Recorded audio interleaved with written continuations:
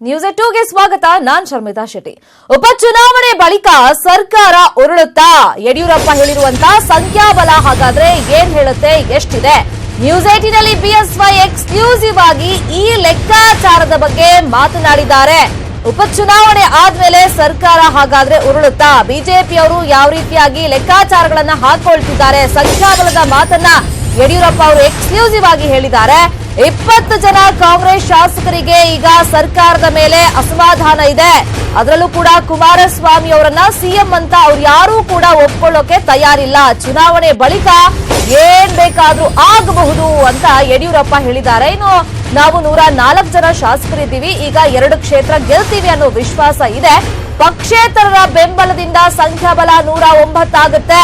BJP ಅಧಿಕಾರಕ್ಕೆ ಬರುವಂತ ಬೆಳವಣಿಗೆ ಆಗ್ತಾ ಇದೆ ಅನ್ನೋ ಮಾತನ್ನ ಯಡಿಯೂರಪ್ಪ ಹೇಳಿದ್ದಾರೆ.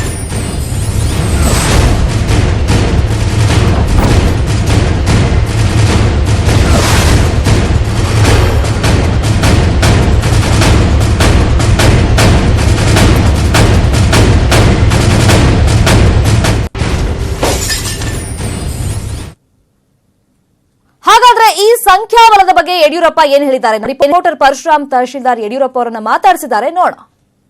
ಕುಂದಗೋಳ ವಿಧಾನಸಭಾ ಕ್ಷೇತ್ರದ ಉಪಚುನಾವಣೆ ಅಖಾಡ ಮೈತ್ರಿ ಸರ್ಕಾರ ಮತ್ತು ಬಿಜೆಪಿಯ ನಡುವೆ ರಣಾಂಗಣವಾಗಿ ಪರಿಣಮಿಸಿದೆ. ಈಗಾಗಲೇ ಬಿಜೆಪಿ ರಾಜ್ಯಾಧ್ಯಕ್ಷರಾದಂತಹ ಯಡಿಯೂರಪ್ಪನವರು ಕುಂದಗೋಳದ ಬಿಜೆಪಿ ಅಭ್ಯರ್ಥಿ SI ಚಿಕ್ಕನಗೌಡರವರ ಪರವಾಗಿ ಕ್ಷೇತ್ರದಾದ್ಯಂತ ಸಂಚರಿಸಿ ಪ್ರಚಾರವನ್ನ ಮಾಡ್ತಾ ಇದ್ದಾರೆ. ಬನ್ನಿ, ನಮ್ಮ ಜೊತೆಗೆ ಯಡಿಯೂರಪ್ಪನವರು ಇದ್ದಾರೆ, ಅವ್ರನ್ನೇ ಮಾತಾಡ್ಸೋಣ. ಸರ್ ಹೇಳಿ, ಕುಂದಗೋಳ ಮತ್ತು ಚಿಂಚೋಳಿ ಜನ ಬಿಜೆಪಿಗೆ ಯಾಕೆ ಮತ ಹಾಕಬೇಕು? 3 ಪ್ರಮುಖವಾದ ಕಾರಣ. ಒಂದು, ಭೀಕರ ಬರಗಾಲ ಇದ್ದು ರಾಜ್ಯದ ಅಭಿವೃದ್ಧಿಯನ್ನು ಸಂಪೂರ್ಣ ಕಡೆಗಣಿಸಿ ರೈತರ 46,000 ಕೋಟಿ ಸಾಲ ಮನ್ನಾ ಮಾಡುತ್ತೇನೆ ಅಂತ ಹೇಳಿ ಅಧಿಕಾರಕ್ಕೆ ಬಂದು 24 ಗಂಟೆನಲ್ಲಿ 10 ತಿಂಗಳಾದರೂ ಅದನ್ನು ಮಾಡದೇನೆ ಜನರಿಗೇನು ವಂಚನೆ, ದ್ರೋಹ, ಮೋಸ ಮಾಡಿದ್ದಾರೆ. ಇದೊಂದು ಪ್ರಮುಖವಾದಂಥ ವಿಷಯ. ಎರಡನೇದು, ಪ್ರಧಾನಿ ನರೇಂದ್ರ ಮೋದಿಯವರ ಗಾಳಿ ಬೀಸ್ತಾ ಇರೋದ್ರಿಂದ ಇಡೀ ದೇಶದಲ್ಲಿ ಕರ್ನಾಟಕದಲ್ಲಿ ಕನಿಷ್ಠ 22 ಲೋಕಸಭಾ ಸೀಟ್ ಗೆಲ್ತವೆ. ಬಹಳ ಕಾಂಗ್ರೆಸ್ಸಿನ ಅತಿರಥ ಮಹಾರಥರು ಸೋಲ್ತಾರೆ ಅನ್ನೋದು ನನ್ನ ಅನುಭವಕ್ಕೆ ಬಂದಿರುವಂಥದ್ದು. ಬಹುಶಃ ನನ್ನ ಲೆಕ್ಕಾಚಾರ ಎಂದು ಸುಳ್ಳಾಗಿಲ್ಲ. ಅದಕ್ಕಾಗಿ ನಾನು ಹೇಳಿದ್ದೇನೆ, ಕನಿಷ್ಠ 22 ಲೋಕಸಭಾ ಕ್ಷೇತ್ರ ನಾವು ಗೆಲ್ತೇವೆ ಅನ್ನೋಂಥ ಮಾತನ್ನು. ಮೂರನೇದು, ಒಂದು ಸರ್ಕಾರದ ಜವಾಬ್ದಾರಿ. ಇಂಥ ಭೀಕರ ಬರಗಾಲ ಇದ್ದಾಗ ರೆಸಾರ್ಟ್ಗೆ ಹೋಗುವಂಥದ್ದು, ರೆಸ್ಟ್ ತಗೊಳಕ್ಕೆ ಹೋಗೋದು ನಂದೇನು ಅಭ್ಯಂತರ ಇಲ್ಲ.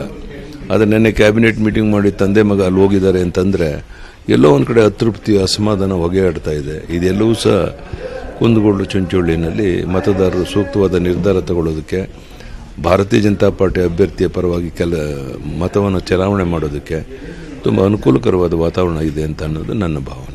DK ಶಿವಕುಮಾರ್ ಅವರು ಇನ್ನೊಂದು ಮಾತು ಹೇಳಿದ್ರು, ಏನಂತಂದ್ರೆ ಬಿಜೆಪಿ ಅವರು ಅವರಿಗೆ 20 ರಿಂದ 30 ಕೋಟಿ ರೂಪಾಯಿ ಹಣ ಕೊಡ್ತೀವಿ, ಆಪರೇಷನ್ ಕಮಲಕ್ಕೆ ಬನ್ನಿ, ಬಿಜೆಪಿಗೆ ಬೆಂಬಲಿಸಿ ಅಂತ ಹೇಳ್ತಾ ಇದ್ರು. ಅದನ್ನ ಬಹಿರಂಗವಾಗಿಯೇ ಕೂಡ CS ಶಿವಳ್ಳಿ ಅವರು ಹೇಳಿದ್ರು. ಅದರಿಂದ ಅವರು ನೊಂದ್ಕೊಂಡಿದ್ರು ಅನ್ನೋಂಥ ಮಾತನ್ನ DK ಶಿವಕುಮಾರ್ ಹೇಳಿರುವಂತದ್ದು. ತಲೆ ತಿರುಕ ಮಾತನ್ನ ಶಿವಕುಮಾರ್ ಅವರು ಇನ್ನಾದ್ರೂ ನಿಲ್ಲಿಸಬೇಕು. ಹಣದ ಬಲದಿಂದ ದುಡ್ಡು ಕೊಟ್ಟು ಚುನಾವಣೆಯಲ್ಲಿ ಗೆಲ್ಲುವಂತ ಸಂಸ್ಕೃತಿ ಬೆಳೆಸಿರುವಂತದ್ದೇನೆ DK ಶಿವಕುಮಾರ್ ಅವರು. ಈಗಲೂ ಸಹ ಅವರು ಹಣದ ಬಲದಿಂದಲೇ ಚುನಾವಣೆ ಗೆಲ್ತೇವೆ ಅಂತೇಳಿ ಎಲ್ಲ ಕಡೆ ಬಿಜೆಪಿಯ ಮುಖಂಡರನ್ನು ಕರೆದು ದುಡ್ಡು ಕೊಡುವಂಥ ಕೆಲಸ ಪ್ರಾರಂಭ ಮಾಡಿದ್ದಾರೆ. ಶಿವಕುಮಾರ್ ಅವರು ಈ ರೀತಿ ನಡವಳಿಕೆ ಮಾಡುವಂಥದ್ದು ಇನ್ನಾದರೂ ನಿಲ್ಲಿಸಿ ಗೌರವಯುತವಾಗಿ ನಡ್ಕೊಳ್ಳುವಂಥದ್ದು ಅವ್ರಿಗೂ ಶೋಭೆ ತರುವಂಥದ್ದು. ಸರಿ, ನಿಮ್ಮ ಬೆಂಬಲಿಗರು ಹೋದಡೆಯಲ್ಲೆಲ್ಲ ನಿಮ್ಮ ಒಂದೊಂದು ಮತ, ಕುಂದಗೋಳ ಮತ್ತು ಚಿಂಚೋಳಿ ಜನರ ಒಂದೊಂದು ಮತನೂ ಕೂಡ ರಾಜ್ಯದಲ್ಲಿ ಬಿಜೆಪಿ ಸರ್ಕಾರವನ್ನು ಅಸ್ತಿತ್ವಕ್ಕೆ ತರ್ತದೆ, ಯಡಿಯೂರಪ್ಪನವರನ್ನ ಮುಂದಿನ ಮುಖ್ಯಮಂತ್ರಿ ಮಾಡ್ತದೆ ಅಂತ ಹೇಳ್ತಾ ಇದ್ದಾರೆ. ಯಾವ ಲೆಕ್ಕಾಚಾರ ಸರ್ ಇದಂತ? ಇದರ ಉದ್ದೇಶ ಏನಂದ್ರೆ, ಇಡೀ ರಾಜ್ಯದಲ್ಲಿ ಕಾಂಗ್ರೆಸ್ JDS ಆಡಳಿತ ಬಗ್ಗೆ ಜನ ಬೇಸತ್ತಿರೋದ್ರಿಂದ, ಅವರ ಕಚ್ಚಾಟ ಜಾಸ್ತಿ ಆಗಿರೋದ್ರಿಂದ 20ಕ್ಕೂ ಹೆಚ್ಚು ಜನ ಕಾಂಗ್ರೆಸ್ ಶಾಸಕರು ಈಗಾಗಲೇ ಅಸಮಾಧಾನ ವ್ಯಕ್ತಪಡಿಸಿ ನಾವು ಕುಮಾರಸ್ವಾಮಿಯನ್ನು ಮುಖ್ಯಮಂತ್ರಿಯಾಗಿ ಅಂತ ಒಪ್ಪೋದಿಲ್ಲ ಅಂತ ಹೇಳ್ತಾ ಇರೋದ್ರ ಎಲ್ಲದರ ಪರಿಣಾಮ ಅವ್ರು ಏನು ಬೇಕಾದ್ರೂ ತೀರ್ಮಾನ ತಗೊಳ್ಬೋದು ಚುನಾವಣೆ ಆದಮೇಲೆ. ನಾವೀಗ 104 ಇದ್ದೇವೆ, ಇವೆರಡು ಗೆದ್ದರೆ 106 ಆಗ್ತವೆ. 3 ಜನ ಇಂಡಿಪೆಂಡೆಂಟ್ ನಮ್ಮ ಜೊತೆಗಿದ್ದಾರೆ, 109 ಆಯಿತು.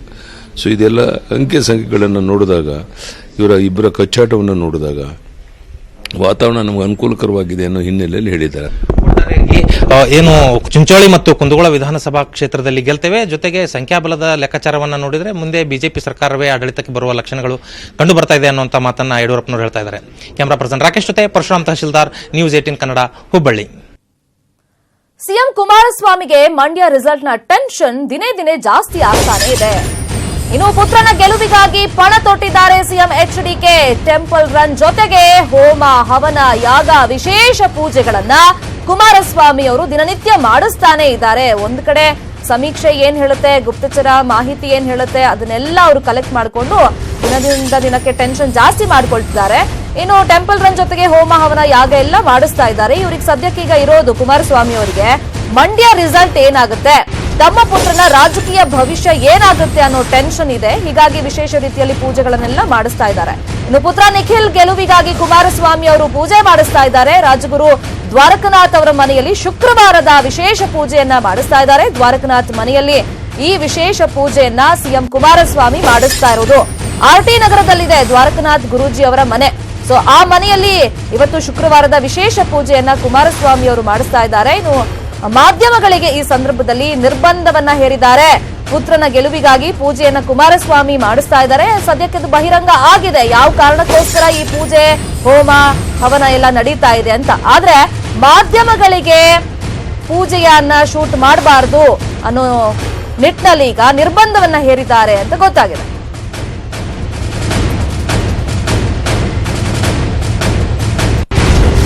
ವಿಶೇಷ ಪೂಜೆಗೆ ಸಂಬಂಧಪಟ್ಟಂತೆ ಮತ್ತಷ್ಟು ಮಾಹಿತಿಯನ್ನು ಕೊಡ್ತಾರೆ. ನೇರ ಸಂಪರ್ಕದಲ್ಲಿ ಜಾಯ್ನ್ ಆಗಿರುವಂತ ನಮ್ಮ ರಿಪೋರ್ಟರ್ ಕೃಷ್ಣ ಮಾಧ್ಯಮಗಳಿಗೆ ನಿರ್ಬಂಧ ಹೇರಿದ್ದಾರೆ. ಬಟ್ ಒಳಗಡೆ ಏನಾಗ್ತಿದೆ, ಯಾವ ಉದ್ದೇಶಕ್ಕೋಸ್ಕರ ಈ ವಿಶೇಷ ಪೂಜೆ ನಡೀತಿರೋದು ಎಲ್ಲ ಜಗತ್ ಜಾಹೀರಾಗಿದೆ, ಬಹಿರಂಗ ಆಗಿದೆ. ಸದ್ಯಕ್ಕೆ ಯಾರೆಲ್ಲ ಈ ಪೂಜೆಯಲ್ಲಿ ಪಾಲ್ಗೊಂಡಿದ್ದಾರೆ ಕೃಷ್ಣ? ಶರ್ಮಿತಾ, ಮುಖ್ಯವಾಗಿ ಈಗಾಗಲೇ ಚುನಾವಣೆ ಮುಗಿದ್ರೂ ಕೂಡ ಮುಖ್ಯಮಂತ್ರಿ ಎಚ್ ಡಿ ಕುಮಾರಸ್ವಾಮಿ ಅವರಿಗೆ ಇನ್ನೂ ಕೂಡ ಟೆನ್ಷನ್ ಕಡಿಮೆ ಆಗಿಲ್ಲ ಅನ್ನುವಂಥದ್ದು. ಮುಖ್ಯವಾಗಿ ಪುತ್ರ ನಿಖಿಲ್ ಕುಮಾರಸ್ವಾಮಿ ಅವರ ಗೆಲುವಿಗೆ ಇದೀಗ ವಿಶೇಷವಾದಂತಹ ಒಂದು ಪೂಜೆಯನ್ನ ಮಾಡ್ತಾ ಇರುವಂತದ್ದು. ಮುಖ್ಯವಾಗಿ ಕಳೆದ ಚುನಾವಣೆ ಮಾಡಿದಂತ ಸಂದರ್ಭದಲ್ಲೂ ಕೂಡ ಸಾಕಷ್ಟು ಬಾರಿ, ಅಂದ್ರೆ ಒಂದೆರಡು ಬಾರಿ ದ್ವಾರಕನಾಥ್ ಅವರ ಗುರುಜಿ ಮನೆಯವರಿಗೆ ಭೇಟಿ ಕೊಟ್ಟು ಒಂದು ವಿಶೇಷವಾದಂತಹ ಒಂದು ಪೂಜೆಯನ್ನ ಮುಖ್ಯಮಂತ್ರಿ ಕುಮಾರಸ್ವಾಮಿ ಅವರು ಸಲ್ಲಿಸಿದ್ರು. ಇವತ್ತು ದಿಢೀರ್ನ ಗೃಹ ಕಚೇರಿ ಕೃಷ್ಣದಿಂದ ಸೀದಾ ಏನು ಆರ್ಟಿ ನಗರದಲ್ಲಿರ್ತಕ್ಕಂಥ ದ್ವಾರಕನಾಥ್ ಗುರುಜಿ ಅವರ ಮನೆಗೆ ಭೇಟಿ ಕೊಟ್ಟು ಇದೀಗ ಒಂದು ವಿಶೇಷವಾದ ಒಂದು ಪೂಜೆಯನ್ನ ಸಲ್ಲಿಸ್ತಾ ಇರುವಂತದ್ದು. ಮುಖ್ಯವಾಗಿ 12:50ಕ್ಕೆ ಸುಮಾರು ಮುಖ್ಯಮಂತ್ರಿ ಕುಮಾರಸ್ವಾಮಿ ಅವರು ಬಂದಂತವರು ಇನ್ನೂ ಕೂಡ ಮಧ್ಯಾಹ್ನ 2 ಗಂಟೆ ಆದ್ರೂ ಕೂಡ ಇನ್ನೂ ಕೂಡ ಪೂಜೆಯನ್ನ ಮುಂದುವರಿಸ್ತಾ ಇರುವಂತದ್ದು. ಈಗಾಗಲೇ ಮುಖ್ಯವಾಗಿ ಗುಪ್ತಚರ ಇಲಾಖೆಯಲ್ಲೂ ಕೂಡ ಈಗಾಗಲೇ ನಿಖಿಲ್ ಕುಮಾರಸ್ವಾಮಿ ಅವರಿಗೆ ಎಲ್ಲೋ ಒಂದ್ ಕಡೆ ಮಂಡ್ಯದಲ್ಲಿ ಹಿನ್ನಡೆ ಆಗುತ್ತೆ ಅನ್ನುವಂಥದ್ದು ಗುಪ್ತಚರ ಇಲಾಖೆಯಿಂದ ಗೊತ್ತಾಗ್ತಾ ಇರುವಂತದ್ದು. ಈ ಎಲ್ಲಾ ರಿಪೋರ್ಟ್ ಬಗ್ಗೆ ಕೂಡ ಈಗಾಗಲೇ ಮುಖ್ಯಮಂತ್ರಿ ಕುಮಾರಸ್ವಾಮಿ ಅವರು ಈ ಒಂದು ರಿಪೋರ್ಟ್ ವರದಿಗಳ ಬಗ್ಗೆ ಒಂದು ಟೆನ್ಷನ್ ಆಗಿರುವಂತದ್ದು. ಹೀಗಾಗಿ ಹೇಗಾದ್ರೂ ಮಾಡಿ ನಿಖಿಲ್ ಕುಮಾರಸ್ವಾಮಿ ಅವರು ಗೆಲ್ಲೇಬೇಕು ಅನ್ನುವಂತ ಆ ಪಣವನ್ನ ಮುಖ್ಯಮಂತ್ರಿ ಕುಮಾರಸ್ವಾಮಿ ಹೊಂದಿರುವಂತದ್ದು. ಹೀಗಾಗಿಯೇ ಹೇಗಾದ್ರೂ ಮಾಡಿ ಈಗಾಗಲೇ ಚುನಾವಣೆ ಮುಗಿದೆ, ಮತದಾರರು ಕೂಡ ಒಂದು ಆಶೀರ್ವಾದ ಮಾಡಿದ್ದಾರೆ.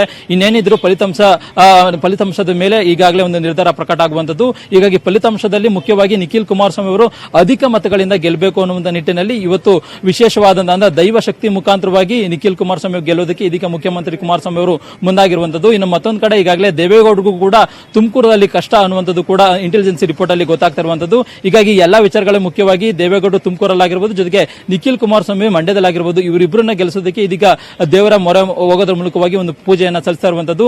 ಕಳೆದ 2 ದಿನಗಳ ಹಿಂದೆ ಅಷ್ಟೇ ತಮಿಳುನಾಡಿನಲ್ಲಿರತಕ್ಕಂಥ ಒಂದು ದೇವಸ್ಥಾನಕ್ಕೂ ಕೂಡ ಹೋಗಿದ್ರು. ಹೊರ ರಾಜ್ಯಕ್ಕೆ ದೇವಸ್ಥಾನ ಮುಖ್ಯಮಂತ್ರಿ ಕುಮಾರಸ್ವಾಮಿ ಅವರು ಇದೀಗ ದ್ವಾರಕನಾಥ್ ಅವರ ಗುರುಜಿಯವರ ಮನೆಯಲ್ಲಿ ಒಂದು ವಿಶೇಷವಾದಂತಹ ಒಂದು ಪೂಜೆಯನ್ನ ಸಲ್ಲಿಸ್ತಾ ಇರುವಂತದ್ದು. ಇನ್ನು ಮತ್ತೊಂದು ಕಡೆ ಈಗಾಗಲೇ ರಿಸಲ್ಟ್ ಅಂದ್ರೆ ಮೇ 23 ನಂತರವಾಗಿ ರಿಸಲ್ಟ್ ಬಂದ ನಂತರವಾಗಿ ರಾಜಕೀಯದಲ್ಲಿ ಏನ್ ಬೇಕಾದ್ರೂ ಆಗ್ಬಹುದು.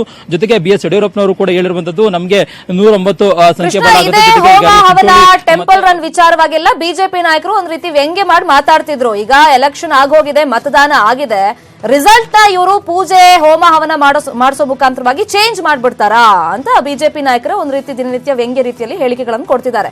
ಇನ್ನೊಂದ್ ಕಡೆ ಈಗ ಹಿಂದೆನೂ ಕೂಡ ದ್ವಾರಕನಾಥ್ ಗುರುಜಿ ಮನೆಗೆ ಹೋಗಿದ್ರು, ಒಂದ್ ರೀತಿ ಟೆನ್ಷನ್ ಆಗಿ ಈಗಲೂ ಹೋಮ ಹವನ ಮಾಡಿಸಿದ್ದಾರೆ. ಇನ್ಸೈಡ್ ಮಾಹಿತಿ ಏನ್ ಸಿಗ್ತಿದೆ ಗುರೂಜಿ ಅವ್ರ ಮನೆಯಿಂದ, ಏನಾಗಬಹುದು ರಿಸಲ್ಟ್ ಅಂತ ಏನಾದ್ರು ಗೊತ್ತಾಗಿದೆಯಾ ಮಾಹಿತಿ? ಶರ್ಮಿತಾ, ಮುಖ್ಯವಾಗಿ ನಾವು ಬಂದಂತ ಸಂದರ್ಭದಲ್ಲಿ ಪೊಲೀಸರು ಒಂದು ನಿರ್ಬಂಧ ಇರುವಂತ ನಾವು ಕಾಣಬಹುದಾಗಿದೆ. ಇದೀಗ ಮುಖ್ಯವಾಗಿ ಈಗ ಸಿಎಂ ಏನು ಮುಖ್ಯಮಂತ್ರಿಗಳ ವಾಹನಗಳು ಮಾತ್ರ ಮುಂದೆ ನಿಂತಿರುವಂತದ್ದು. ಸುಮಾರು 200 ಮೀಟರ್ ಮಾಧ್ಯಮಗಳನ್ನ ಹೊರಗೆ ನಿಲ್ಲಿಸಿರುವಂತದ್ದು.